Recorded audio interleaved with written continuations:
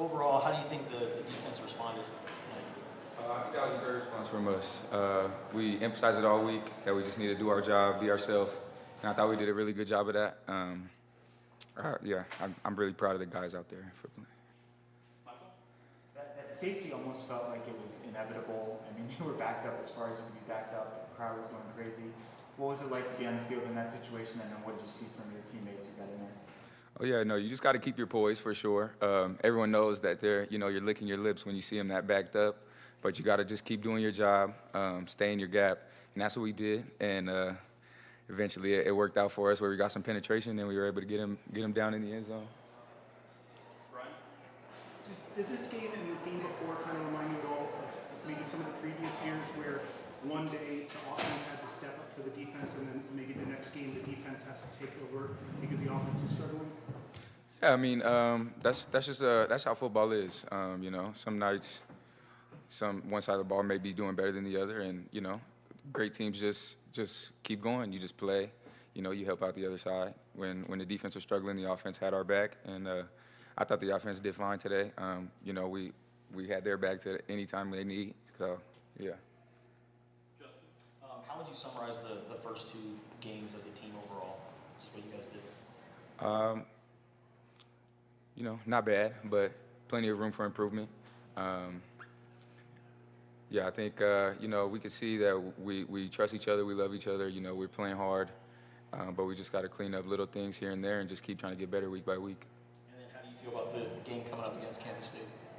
I'm excited. It's a new opponent. I've never played them before.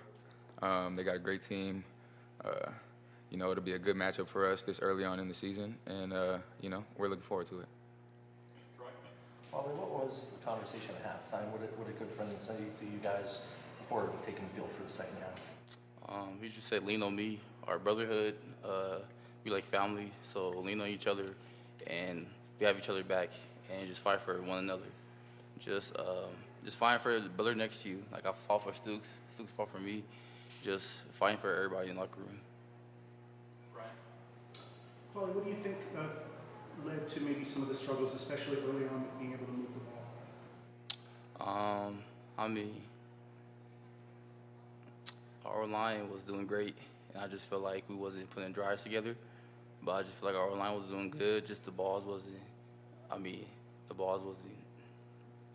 getting first. We wasn't getting first downs as a whole team. It's the whole offensive fault. But I just feel like we still have room to improve. This is our second game, and I feel like we're gonna watch the film, get better, and clean up all the little mistakes. Justin, so you guys were great last game offensively. Tonight you struggled. What do you think this does as like a learning experience moving forward? Just film.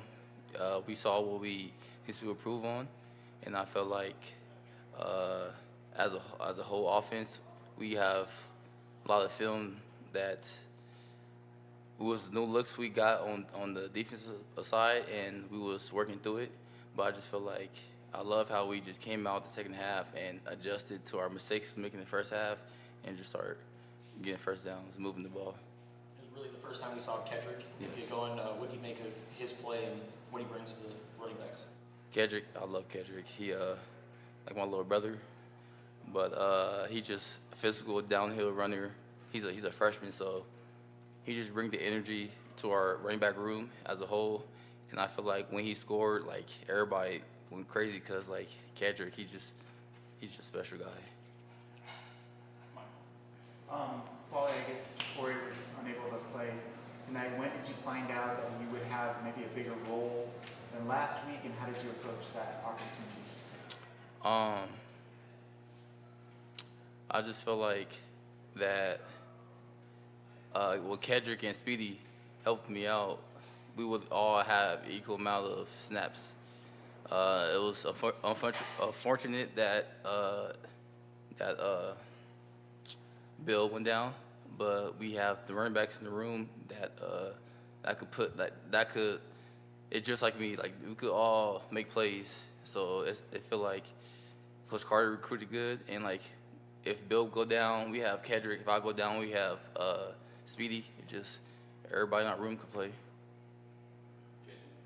For trading, there are clips and stuff going around of every energized Coach Akina. What is that like as a player when you see him running up and down the sideline or just being energized in general? Oh, it fires us up. I mean, when your coach is out there running around screaming like how blessed we are just to get to play football, I mean, it just juices us up. Like every chance we get to get out on the field as a defense, he's the first one out there screaming how sweet it is, like, because we're out here to get to play football, you know, get to do what we love every time we get to come out here. So, yeah, it juices us up for sure. So going along with Brian's question about moving the ball, you guys were 0 for 10 on third down conversions tonight. What do you think happened there? I just thought we wasn't playing hard enough. I just felt like the whole offense was like, I think it was the defense that took control of the game, and I just feel like the offense could do better. So we would get in the film room and watch the game, but I just felt like we wasn't connecting on nothing. But it's room to improve. So. Brent and Brian, last question. Drayden, I know you've been asked variations of this over the last 10 months, but today you guys now, because of Michigan's loss, have the longest active winning streak in the country, and to pair that with what you and some of the guys who've been here for 3 or 4 years have experienced with long losing streaks, what does it show just about that stick-to-itiveness of the guys in the room like yourself who have given this program, 3-4 years to get to this point? Yeah, I mean, I'm just so happy for, obviously the guys I came in with in 2020 that have stuck around. There's only about 5 or 6 of us now. And then it's just a testament to everyone that has joined the program as the years have gone and just trusted the process, trusted the brotherhood, believing in one another. And, we've had a couple new staffs, and it doesn't matter. Like, the guys in the locker room are just high-level guys and high-quality people, and it's just a testament to that. Brian, for our last question. Yeah, Trent, Genesis started for Gunner, and then in the second half it looked like it was Owen in there for Dalton. How do you feel both of those played as part of the secondary? I thought they both played very well. We've been preaching position flexibility and, not having any drop-off if somebody goes down. And Owen stepped up when we needed him. Genesis stepped up all game. So, I'm very happy that we have the kind of depth we do in the back end. That's all our time for players. Thank you, guys. Thanks, guys.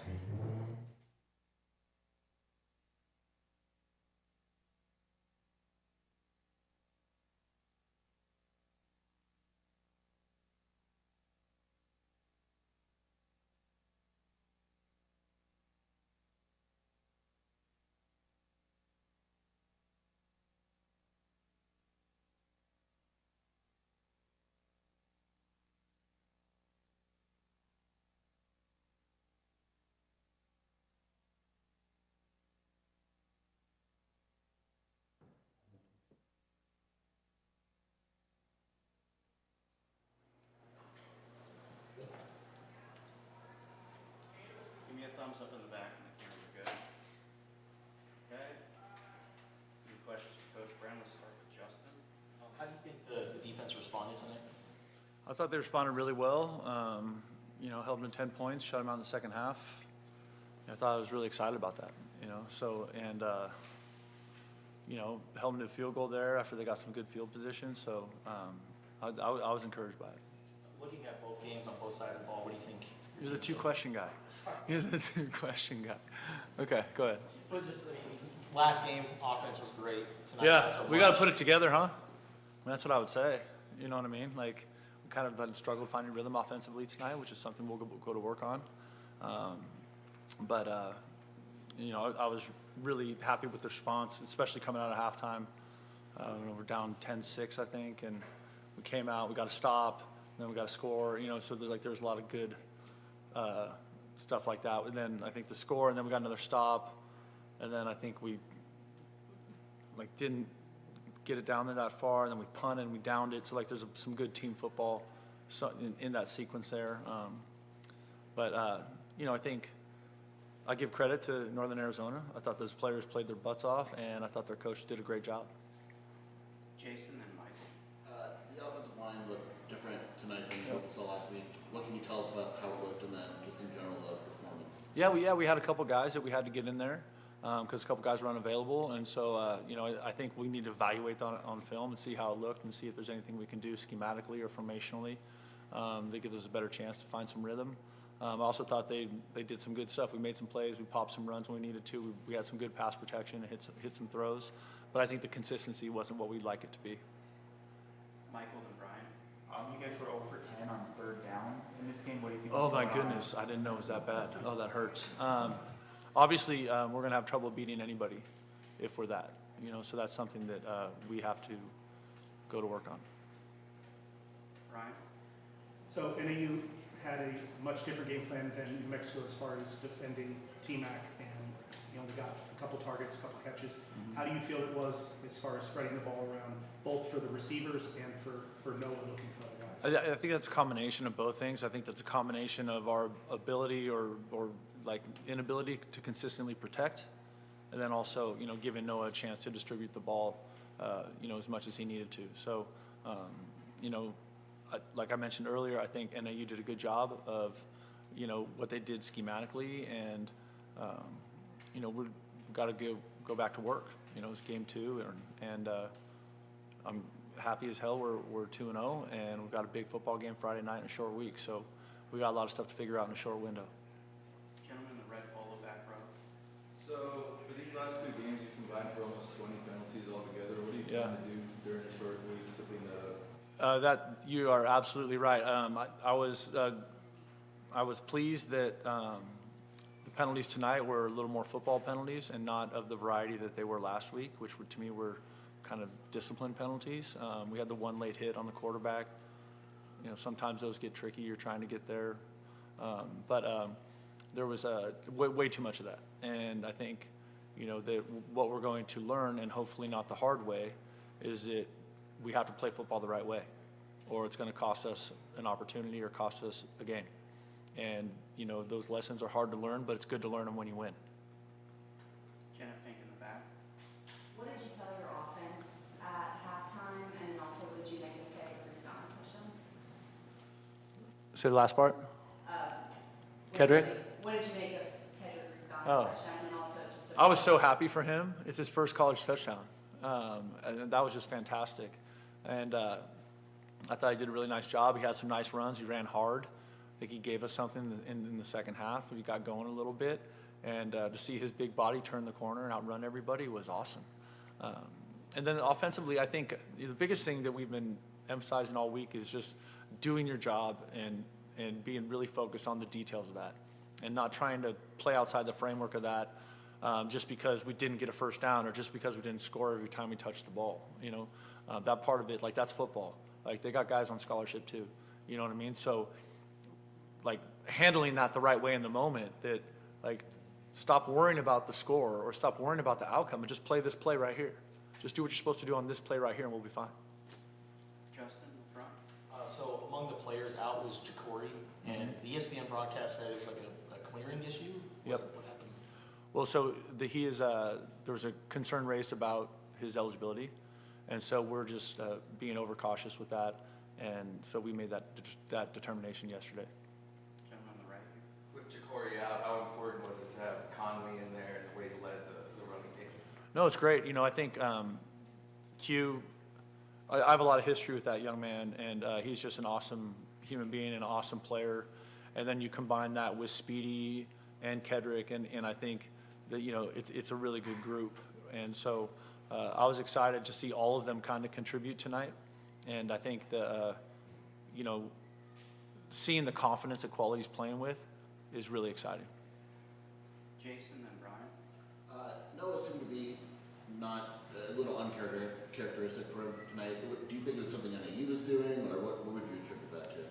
That's a good question. I probably have to look at the film on that. You know, it did seem, you know, like the protection was a little less clean, you know, and so I just got to look at what that was. Was he getting off his spot too much? You know, was he having to make some movements or some, you know, before he can kind of settle in and make some throws?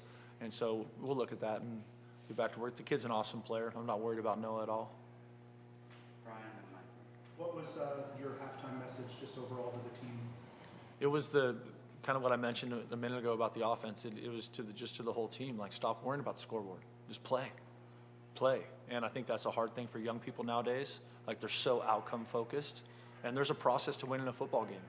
And that's what we need to focus on. And that process is one play at a time. You don't win a game in the first quarter. You don't win a game in the second quarter, right? Like, you have to finish people and you have to close them out. And I think that was my biggest message at halftime was like, it's halftime. It's like my dad's favorite quote. He used to always tell me that nothing's less important than the score at halftime. So I told him that too. Okay, 2 questions for you. The double questions, man. You only get one, Michael.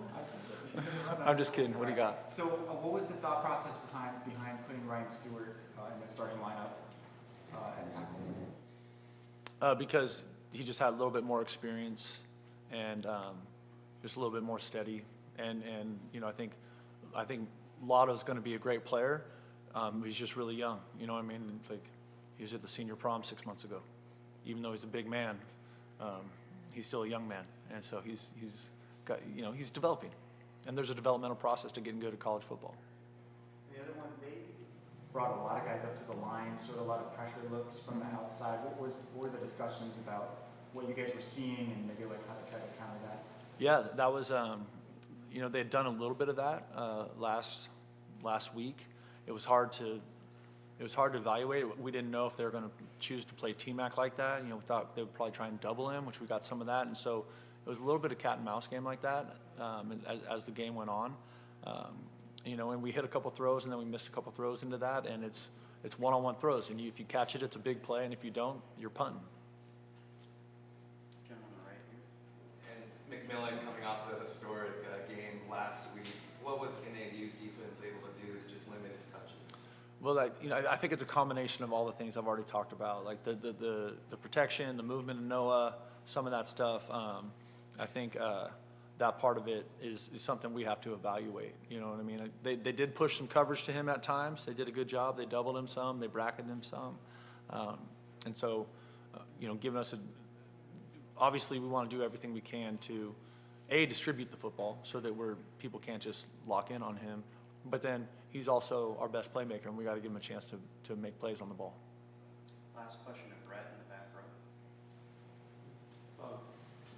Trayden talked about how when NAU was pinned deep after that punt, how the defense in those situations can kind of be licking their chops. And you talked earlier about the one play and kind of staying disciplined. How about from a coach's perspective, when you see just everything setting up in that moment to really take over the game with one play like that?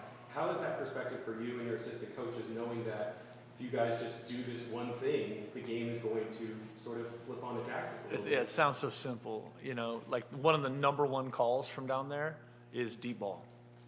You know, deep ball. And because you have a high probability of pass interference, or if you hit it, you're out of trouble. You know what I mean? So that's what I think about. I'm not necessarily like, you know what I mean? Like, I'm like, okay, what can happen here? Because after the penalty, they're so close. So if they run it, you do think you have a chance for a safety. You know what I mean? Because the penalty backed them up another half yard, right? But the thing that I typically worry about there is some kind of shot play, right? And they're just trying to give them a little breathing room, and Chuba and the D-line made a great play, and that was an awesome play in the game. All right, that's our time. Thank you all.